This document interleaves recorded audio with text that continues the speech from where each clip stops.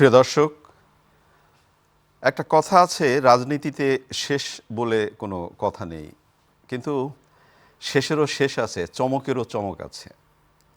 আমাদের রাজনীতিতে অনেক অনেক চমক শুরু হয়েছে এবং আজকে সেই চমক নিয়ে হয়তো আমরা একটু কথা বলবো। আমি রেজানুর রহমান, সংবাদপত্রে বাংলাদেশ অনুষ্ঠান থেকে আপনাদের স্বাগত জানাচ্ছি। আমাদের আজকের অনুষ্ঠানে অতিথি হিসাবে উপস্থিত আছেন দৈনিক সমকালের উপসম্পাদক কবি মাহবুব আজিজ। শুভ সকাল। আপনাকেও শুভ সকাল। ওই যে বলছিলাম যে রাজনীতিতে শেষ বলে কোনো কথা নেই, তো আজকের শিরোনাম পড়ার পরে এই আলোচনাটাই বোধহয় হবে যে আসলে শেষ বলে কোনো কথা নেই। পড়ে শোনাই।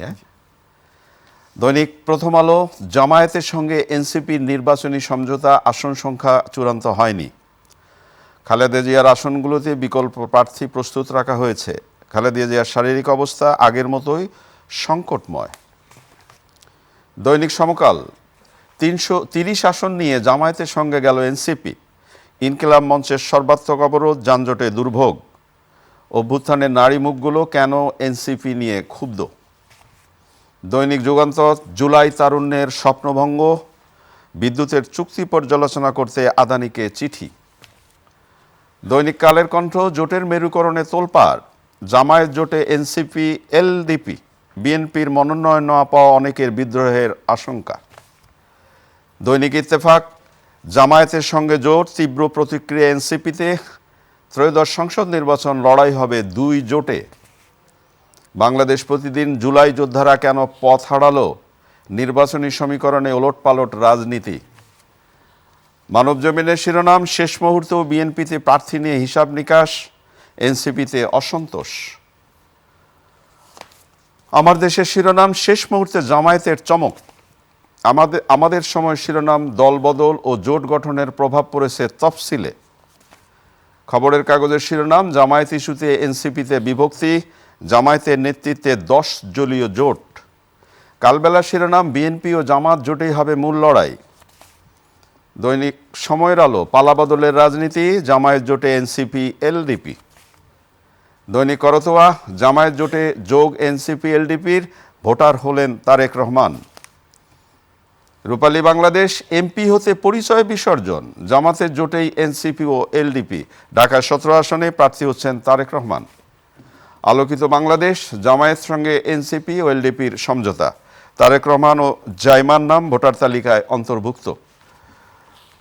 মাহবুব আজিজ, শুরুতে বলছিলাম যে আসলে তো রাজনীতিতে শেষ বলে কোনো কথা নেই, কিন্তু জামায়াতের সঙ্গে এনসিপি যোগ দিবে সেটা একটা বড় চমক, চমকের উপর চমক। এবং জুলাই তারুণ্যের স্বপ্নভঙ্গ ইত্তেফাক শিরোনাম করেছে। আবার এই জোটের ক্ষেত্রে বলা হয়েছে এটি নির্বাচনী সমঝোতা, আদর্শিক নয়। এনসিপির পদত্যাগ প্রভাব ফেলবে না রাজনীতিতে, এ কথা অনেকে বলছেন। এবং আদর্শের চেয়ে ক্ষমতার রাজনীতি বেশি লক্ষণীয়, বেশ কয়েকজনের মন্তব্য ছাপা হয়েছে পত্রিকায়। আর যে শিরোনামটা আগে পড়ে শুনিয়েছি আপনাকে, এমপি হতে পরিচয় বিসর্জন, কি এমন দেখছেন?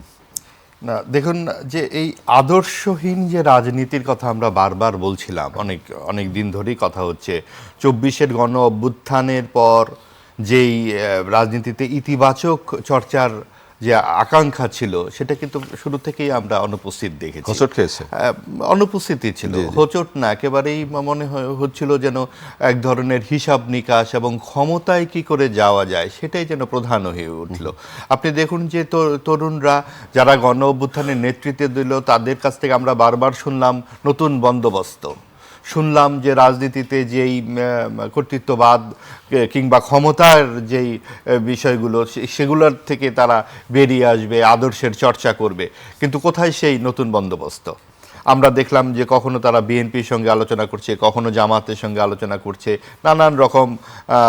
এবং যেই বিষয়গুলো যে তারা নিজেরাই নিজেদের সঙ্গে যেন অনেকটা প্রতারণাই করলো। কারণ আপনি দেখুন যে 125টি আসনে তারা মনোনয়ন দিল এনসিপি, এবং তারপর তারা হঠাৎ করে যেদিন নমিনেশনের আগের দিন, একদিন আগে তারা বলল যে 30টি আসন, এবং তাদের যে শীর্ষস্থানীয় নেত্রীরা বিশেষ করে তারা পদত্যাগ করলেন এবং অনেকেই বেরিয়ে বেরিয়ে আসলেন এবং তারা স্বতন্ত্র নির্বাচনও যেত না করতে পারে এরকম একটা অবস্থায় তারা ফেলে দিলেন তাদেরই সহকর্মীদেরকে। তার মানে মানে মানে আপনি যেটা বলতে চাইছেন যে এখন যদি তারা ইচ্ছা করলেও তো অন্য জায়গায় নির্বাচন করার না, বা সম্ভব সেই না, সম্ভব না, সময়টা ছিল সময়টা নাই। ছিল না এবং সেটা ওই জেবিন এবং অনেকে সেটা পরিষ্কার তাদের ফেসবুক পোস্টে লিখেছে যে এমন পরিস্থিতিতে ফেলেছে যে আমরা স্বতন্ত্র নির্বাচন করতে পারছি না। একজনই শুধু তাসনিম যারা, উনি কোনো রকমে একটা ব্যবস্থা করছেন আর কি। তো এই রকম পরিস্থিতিতে কেন সহকর্মীদের সঙ্গে যাবেন? তারপর আপনি দেখুন যে মাহফুজ আলম প্রাক্তন তথ্য উপদেষ্টা, তিনিও সরাসরি বলেছেন যে এটা তো হয় না, উনি এনসিপিতে মানে এনসিপির এই জামাতের সঙ্গে যাত্রাটি তিনিও পছন্দ করছেন না। তার মানে তাদের মধ্যেই অনেক বিভাজন আমরা দেখতে পাচ্ছি। এবং শেষ পর্যন্ত আপনি দেখুন যে এই যে নারী সংস্কার নিয়ে যে অবস্থান এবং মওদুদি যে রাজনীতির কথা আমরা জানি, তাদের যে তাত্ত্বিক গুরু মওদুদি, উনি তো সরাসরি বলেছেন যে যেই নারীরা সংসদে যাবে সেটা হবে একেবারে একটা অসৎ এবং অশুদ্ধ সংসদ। উনারই ম্যানিফেস্টোতে সেগুলো লেখা আছে। তো তাদের চর্চা যারা করে সেইখানে তো নারীরা থাকতে পারে না এবং সেই কারণে নারীরা চলে আসছেন। কাজেই এই এনসিপির কাছে যে বাংলাদেশ যে স্বপ্নটা দেখেছিল, যে 24-এর গণঅভ্যুত্থানে আমাদের জাতির বুকের উপরে চেপে বসা কর্তৃত্ববাদ স্বৈরাচারী শাসনটাকে তারা সরানোর ক্ষেত্রে আন্দোলন করলো, নেতৃত্ব দিল, তারা কি করে জামাতের সঙ্গে এবং এরকম একটা পশ্চাৎমুখী যেই রক্ষণশীলতার কথা তারা বলে, ইসলামিক শাসন ব্যবস্থার জায়গায় যায়, ডানপন্থী, এবং সেই জায়গাতে এনসিপির সাথে তো এটা মানায় না। আচ্ছা মাহবুব, যে আপনি যেহেতু যে প্রসঙ্গটা তুললেন, আপনাকে আমি একটু ধরিয়ে দিতে চাই। জামাতের সম্মানিত আমির গতকাল বলেছেন যে আমাদের মানে সব কিছুর শেষ দেখে একেবারে দুটি দল এসেছে আমাদের সাথে যুক্ত হবার জন্য, আমরা তাদেরকে নিয়েছি। আরও অনেকে আশা প্রকাশ করেছিলেন কিন্তু আমরা তাদেরকে জায়গা দিতে পারছি না। তার মানে ব্যাপারটা যেটা হলো যে আমরা যে প্রশ্নগুলো করি বা যে প্রশ্নগুলো উদয় হয় সেই প্রশ্নগুলোর জায়গায় এলডিপির সম্মানিত ব্যক্তি, তিনি একজন মুক্তিযোদ্ধা এবং মুক্তিযোদ্ধারা জামায়াতের সাথে এখন জোটবদ্ধ হচ্ছেন। তাহলে এই যে আমরা ৭১-এর ভূমিকার কথা বলি, ৭১-এর নানা ধরনের প্রশ্ন করি, সেই প্রশ্নগুলো কি এখন তো অবান্তর মনে হয় নাকি? আসলে অবান্তরের চেয়ে তো বড় কথা কি, দেখুন জামাত এখন যেই কৌশল অবলম্বন করছে, তারাও কিন্তু জানে যে তারা যে এই সমস্ত জোট করে বিএনপিকে হারিয়ে দিবে ব্যাপারটা তা নয়, বরং বিএনপির বিরুদ্ধে একটি বড় ধরনের বিরোধী জোট তারা তৈরি করতে চাচ্ছে, যেটিকে আগামী সংসদের পর যাতে সরকারকে তারা চ্যালেঞ্জ করতে পারে। এবং এই চ্যালেঞ্জের জন্য তারা একটি বৃহত্তর ডানপন্থাকে, যেটা আমরা বারবার বলছিলাম শুরু থেকে যে সরকার ডানপন্থাকে প্রশ্রয় দিচ্ছে, সেই মুখোশই কিন্তু আস্তে আস্তে আমরা উন্মোচন হতে দেখলাম। সেই ডানপন্থা এবং সেই বিশাল করে আসছে, কিন্তু সেই বিশালের যে অবয়ব, এই বিশালের ভিতরে কিন্তু শূন্য গর্ভটাও আমরা দেখতে পেলাম। আপনাকে কি ছোট্ট করে একটা প্রশ্ন করব? যেমন আমরা আমরা যখন বিশ্ববিদ্যালয়গুলো নির্বাচন হচ্ছে, তখন আমরা অনেকের কাছে মুখে শুনলাম না এই 4টা বিশ্ববিদ্যালয় জিতে গেলে কি এমন ঘটবে, অমুক হবে। কিন্তু যে ষড়যন্ত্র, যা প্রস্তুতিতে যেটা ছিল এই ছাত্র শিবির বা তাদের জেতার, সেই পরিকল্পনার মতোই তো জাতীয় রাজনীতির এই পরিকল্পনার অংশ দেখা যাচ্ছে যে আস্তে আস্তে সেই পরিকল্পনাই ছিল সবাই যাতে সবাইকে নিতে পারে। তারা এখানে দেখুন যে কে জিতবে কে হারবের চেয়ে তো বড় কথা কি যে এই কৌশলগুলো কতখানি আপনার বাস্তবসম্মত এবং কতখানি প্রগতিশীল চিন্তার থেকে আসছে। আপনি যে ছলচাতুরি করে কতদিন ধামাচাপা দিয়ে রাখা যায় যে আত্মপরিচয়। আপনি ছাত্র সংসদের যে নির্বাচন, সেটার পেছনে অনেক ধরনের কারণ আছে। আপনার রাজনীতিকে একদম আবদ্ধ করে রাখা হয়েছিল, অন্য দলগুলোকে ঠিকমতো ক্রিয়াশীল হতে দেয়নি আওয়ামী লীগ, সেগুলোর অনেক প্রবণতা ছিল। কিন্তু জাতীয় রাজনীতিতে যেই পরিস্থিতিটা হলো, আপনি দেখুন যে এনসিপি কিন্তু এক সময় একটা এমন প্রত্যাশা জাগিয়েছিল যে বিএনপি, আওয়ামী লীগ, জামাত, জাতীয় পার্টির বিপরীতে একটা তারুণ্য নির্ভর নতুন সময়ের একটা উদ্দীপ্ত চেতনা আমাদের সামনে, জাতির সামনে আসছে। এই যে একটা ভরসার জায়গা থেকে এই হোঁচট খাওয়া, এটা কিন্তু খুব বড় ধরনের একটা হোঁচট। এবং আপনি দেখুন যে এই এই তরুণরা ধৈর্য ধরতে পারলো না, তারা বুঝতে পারলো না যে এই নির্বাচনে যদি তারা একটিও আসন না পেত কি যেতে আসতো, তাদের তো সময় ছিল না। তারা কিন্তু এরকম একটা কথা বলেও ছিল, এই যে যখন আপনি বললেন 125টা দেওয়ার কথা, হ্যাঁ, আরো তখন কিন্তু আসবে। তারা এরকম কথা বলেছিল হয়তো যে আমাদের একটিও পাবো না। নির্বাচনে জিততেই হবে এমন কোনো তাই কথা তো নেই আমাদের, আসলে তাই বলেছিল তারা। আপনার রাজনীতিটা তো অনেক দিনের একটা ব্যাপার, মাত্র গত ফেব্রুয়ারির পরে এই ফেব্রুয়ারি 1 বছরও পূর্ণ হয়নি, এর মধ্যেই তারা কি করবে, তারা কি করলো 30টি আসনের বিনিময়ে তারা সব না, কিছু বিসর্জন দিল। সেটাও তো এখন স্পষ্ট না, না। স্পষ্টই এটা হয়তো একজন লেখে, কিন্তু এটা 30টি আসনই হবে বলেই আমাদের মোটামুটি এরকমই কাছাকাছি হবে। কিন্তু এই 30টি আসনে তারা কি করবে, এই জামাতরা এবং ইসলামিক 8 দল এই 30 আসনে এনসিপিকে সমর্থন দেবে, বিভিন্ন রকম মিছিল করবে, আর বাকি 270 আসনে কিন্তু এনসিপি জামাতের হয়ে কাজ করবে। আপনি যতই বলুক আদর্শগত দ্বন্দ্ব নয়, আপনার এইটার ঐক্য সেইটার ঐক্য, নির্বাচনের ঐক্য, আপনি কতক্ষণ জলের রং আলাদা করে রাখবেন? যেই পাত্রে আপনি জল ঢাললেন সেই পাত্র থেকে জল আর আলাদা করবার কিছু নাই। চমৎকার একটা অভিজ্ঞতা। আরেকটা বিষয় হচ্ছে যে এই যে আপনার ঢাক গুড়টা ছিল এতদিন, সেটাও পরিষ্কার হয়ে গেল। তার মানে এই পরিষ্কারের পিছনে আমাদের একটা অনেক রকমের দুঃখ রয়ে গেল, কিন্তু পরিষ্কার তারা করলেন। এতে আমাদের যেটা তাদের সামনে আমাদের একটা প্রশ্ন থাকবে যে আপনারা যেহেতু পরিষ্কার করেছেনই, কাজে আর এই সমস্ত ঢাক পরিষ্কারই থাকেন।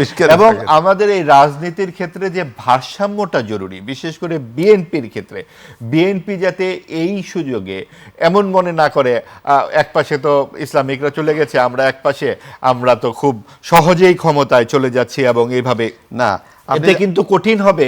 কারণ আপনি দেখুন যে এই যে আওয়ামী লীগের যে অনুপস্থিতি, যতই আমরা বলি না কেন আওয়ামী লীগের এই যে আপনার কর্তৃত্ববাদ, স্বৈরাচার এবং শেষ পর্যন্ত এই হত্যা, গণহত্যা, সবকিছুর জন্যই তাদের নেতৃত্ব দায়ী, কিন্তু তাদের অনুপস্থিতি রাজনীতিতে একটা বড় ধরনের ভারসাম্যহীনতাও তৈরি করবে।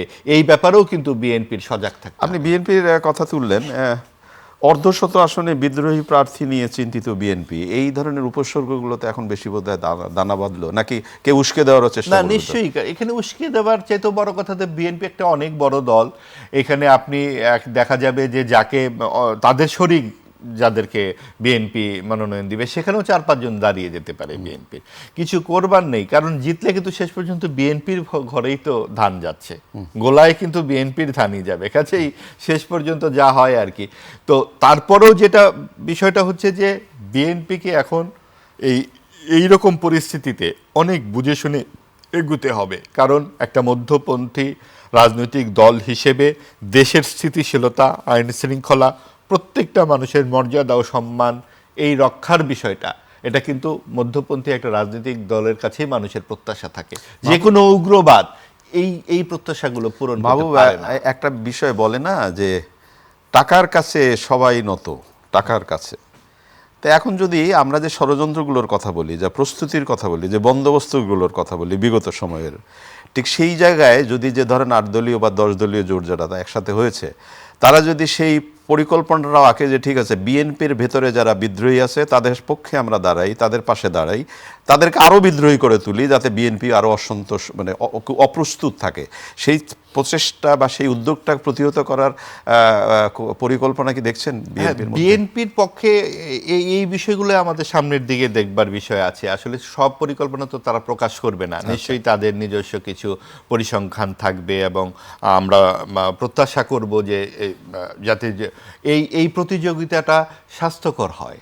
আমরা যে জামাত অথবা এনসিপি, তাদেরও তো অধিকার আছে নিশ্চয়ই, এবং তারা তাদের যেই কার্যসূচি ম্যানিফেস্টোর সামনে দিক, আমরা পরিষ্কারভাবে তাদেরকে প্রশ্ন করব যে আপনারা জয়ী হলে আসলে কি করবেন, আপনারা কি ইসলামী শরিয়া এই যে একটা কথা বলা হচ্ছে যে এইটা আদর্শের নয়, আদর্শগত নয়, এটা নির্বাচনী। তাহলে আপনারা আদর্শহীন রাজনীতি করছেন, স্বীকার করে নিচ্ছেন আপনাদের কোনো আদর্শ নেই।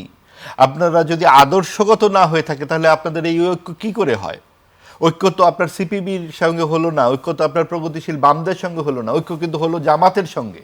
কাজে আদর্শ এটা তো বললে হবে না, যে যার সঙ্গে যায় আবার বলতে হবে নাকি যে তার সঙ্গে তার মিল নেই। কাজে এই বিষয়গুলো পরিষ্কার করতে হবে। আপনার বাগাড়ম্বর তো অনেকই করা যায়। শুনলাম গতকাল একজন বলছেন এনসিপি নেতা যে জামাত যাতে আরো বড় না হয়ে যেতে পারে, হ্যাঁ এই জন্য আমরা তাদের সাথে গিয়েছি। এটা হয়, আপনি চিন্তা করুন, তার মানে যে কোনো যুক্তিই আপনি খাটিয়ে দিতে পারেন, কারণ তালগাছটি আমার। আমরা শেষ পর্যন্ত এতখানি পরিস্থিতি তাদের খারাপ হলো যে প্রগতিশীল একটি নারী কর্মীও তাদের সাথে আর থাকছে না। এই যে আপনার এই জায়গাটি আপনার পত্রিকার শিরোনাম হয়েছে অভ্যুত্থানের নারী মুখগুলো কেন এনসিপি নিয়ে ক্ষুব্ধ। হ্যাঁ, কারণ হচ্ছে যে নারীদের সঙ্গে যেই রকম আচরণ, তারা নারী সংস্কার কমিশন থেকে শুরু হয়ে যেভাবে আপনার প্রকাশ্যে নারী নেত্রীদেরকে অশোভন আচরণ করা হয়েছে, আপনি সবসময় তাদেরকে পেছনে পেছনে অনেকখানি ঠেলে দেওয়ার চেষ্টা করা হচ্ছে প্রত্যেকটা ইসলামিক দল থেকে। এই বিষয়গুলো তো নারীদের চোখের সামনেই ঘটেছে এবং তারা অবশ্যই রাজনীতিতে খুবই গ্রহণযোগ্য হয়ে উঠছিলেন। আমরা তাদের কাছে প্রত্যাশা করি আগামীতে তারা একটা শক্ত অবস্থান নেবেন যার যার জায়গা থেকে, হয়তো তারা যুথবদ্ধও হবেন। হাদি হত্যাকাণ্ড নিয়ে সরকারের যে স্পষ্ট বক্তব্য খুব একটা ছিল না, যে এই খুনিরা পালালো কোথায়। বলা হলো ভারতে গেছে, ভারতে সরকার বলল যে না আমাদের কাছে এখনো তথ্য নেই, কিন্তু এখন তো অবশেষে পুলিশ স্বীকার করলো যে ঘাতকরা ভারতে পালিয়ে গেছে। তাহলে এখন মোটামুটি যেটা পাওয়া গেল তাকে এটাকে কি দৈবাত পাওয়া গেল বা কি আলাউদ্দিনের আশ্চর্য প্রদীপের মতো পাওয়া গেল। কিন্তু এই যে ইনকলাব মঞ্চের অবস্থান শাহবাগে দিনে দিনে দিনে দিনে বড় হচ্ছে, এই সব কিছু মিলিয়ে রাজনীতির মেরুকরণটা কোথায় বা রাজনীতির সম্ভাবনাটা কোথায়? আবার এখান থেকে ইনকলাব মঞ্চ থেকে বলা হচ্ছে হাদির খুনিদের বিচার না হলে আমরা এই নির্বাচন মানি না। দাবি তো যে কেউই করতে পারেন এবং এটা তাদের পক্ষে নিশ্চয়ই সঙ্গত দাবি, যেহেতু তাদের সহকর্মীর এইরকম একটা পরিস্থিতি ঘটেছে।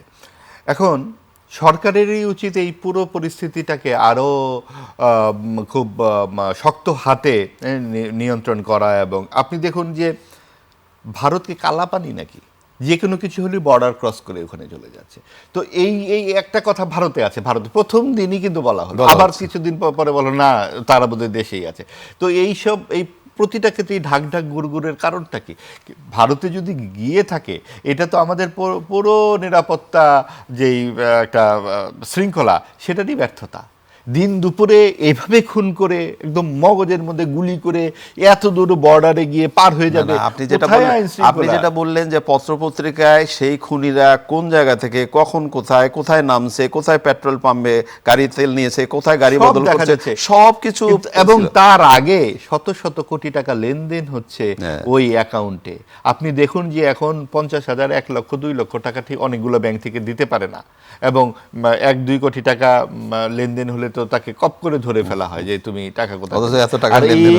এই লোকের ক্ষেত্রে একেবারেই উদাসীন থাকলো সবকিছু। তার মানে পুরো পরিস্থিতিটাই অনেক গোলমেলে, এবং এই গোলমেলে পরিস্থিতিটা যেহেতু সরকার এই পরিস্থিতিটা ওভাবে সামাল দিতে পারে না, এখনো শক্তভাবে তাদের বলা দরকার। বলছে অলরেডি যে 7 দিনের মধ্যে হয়তো ধরা পড়বে ইত্যাদি।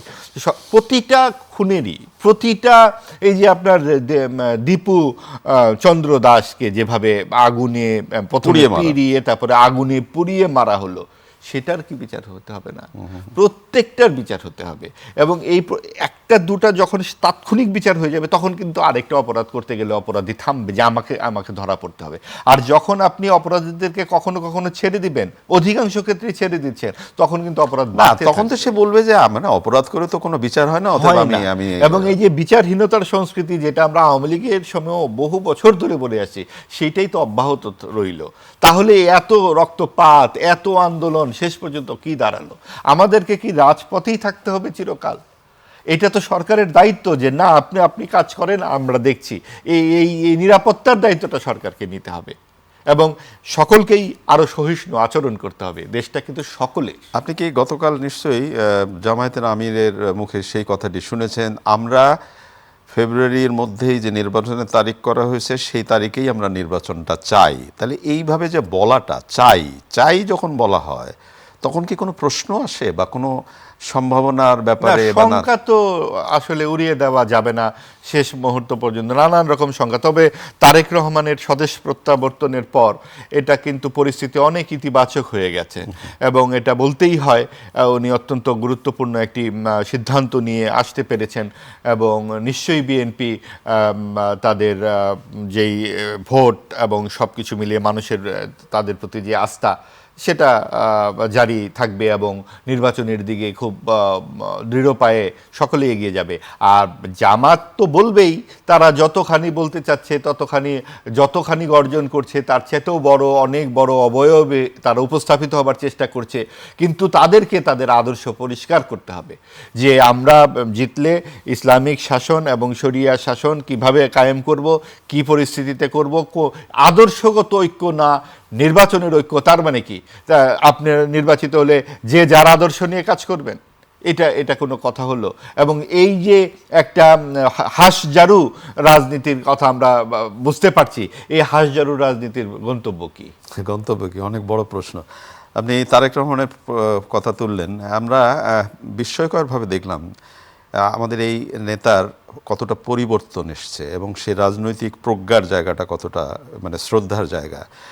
যেমন এই ধরনের মানুষজনের সাধারণত যেটা হয় যে আমি ভোটার হব বা ভোটার লিস্টে আমার নাম উঠবে অথবা আমার অমুক হবে, আমি আমার ক্ষমতাটা একটু দেখাই, আমি ডাকি, অমুক করি। কিন্তু তিনি যেভাবে একদম সাধারণ মানুষের মতো সেখানে গেলেন এবং টিপসই দিলেন, সিগনেচার করলেন এবং আসার সময় বললেন আপনাদেরকে কিন্তু অনেক ঝামেলায় ফেললাম বা আপনাদেরকে অনেক করলাম।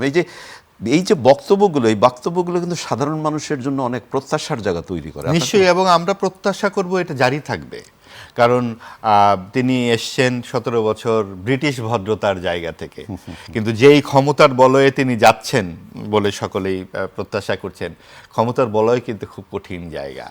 এবং এই যে তেল রাশি রাশি এখনই অনেকেই তৈরি হচ্ছেন, এই উপচে পড়া তেল নিয়ে যখন সকলেই উপস্থিত হবেন, তিনি কতখানি শোভন, সুন্দর এবং যুক্তিনিষ্ঠ থাকতে পারেন, আমরা তার দিকে খেয়াল রাখবো। একেবারে শেষের দিকে আমরা একটা শীতকাল এলেই উত্তরাঞ্চলের মানুষজনের সেই দুর্বিষহ জীবন শুরু হয়, শীতার্ত মানুষ। আমরা কি সেইভাবে দেখছি যে শীতার্ত মানুষের পাশে মানুষ যাচ্ছে? রাজনীতির এত আলোচনার, আসলে রাজনীতির ডামাডোলে এখন আর সব কিছুই তো হারিয়ে গেছে, তাই না? হারিয়ে গেছে, কারণ শীতার্ত মানুষের যে কষ্ট এবার, এটা তো গত কয়েক বছর ধরে তুলনায় এবার কিন্তু শীতটা একটু আগেই পড়ে গেছে। ঢাকাতেই তো গত পরশুদিন ছিল মৌসুমের সর্বনিম্ন তাপমাত্রা। তাহলে উত্তরাঞ্চলে কি অবস্থা আপনি একবার বোঝেন। সেখানে আমরা কোনো রকম কোনো উদ্যোগের কথা সরাসরি জানতে পারিনি। ব্যক্তি উদ্যোগে কিছু ঘটছে, নিশ্চয়ই সবসময় কিছু ব্যক্তি উদ্যোগে ঘটে, কিন্তু এটা অবশ্যই সরকারিভাবে হওয়া উচিত, আরও প্রাতিষ্ঠানিকভাবে হওয়া উচিত, এবং অবশ্যই, কারণ মানুষের জন্যই তো সব আয়োজন, এবং এই আয়োজনগুলোকে কোঅর্ডিনেট করতে হবে সরকারকে। আমরা সেই আয়োজন দেখি, এবং সেক্ষেত্রে আমরা রাজনৈতিক দলগুলোরও অবশ্যই যেহেতু এখন নির্বাচনের মৌসুম, আমরা পরিষ্কারভাবে মিডিয়াতে আসছে না ঠিক, তবে আমাদের ধারণা যে গ্রামাঞ্চলে হচ্ছে। রাজনৈতিক নেতারা নিশ্চয়ই তার ভোটারের পাশে তো থাকবেনই। অনেক অনেক ধন্যবাদ আপনাকে। ধন্যবাদ। প্রিয় দর্শক, আমরা শেষে যে আলোচনাটি করলাম, শীতার্ত মানুষের পাশে যাবার যে প্রত্যাশাটা, যে প্রস্তাবটা, যে আশাটা আমরা ব্যক্ত করলাম, নিশ্চয়ই কেউ কেউ যাচ্ছেন, কিন্তু আরও বেশি করে যাওয়া উচিত শীতার্ত মানুষের পাশে। শীত জেঁকে বসেছে উত্তরাঞ্চলে, বিশেষ করে রংপুর, দিনাজপুর, ঠাকুরগাঁও, পঞ্চগড়, এইসব জায়গার মানুষ খুব নিদারুণ কষ্টে আছে। আমরা যেন যার যার অবস্থান থেকে তাদের পাশে দাঁড়ানোর চেষ্টা করি। ভালো থাকবেন, আগামীকাল নিশ্চয়ই আবারও কথা হবে। খোদা হাফেজ।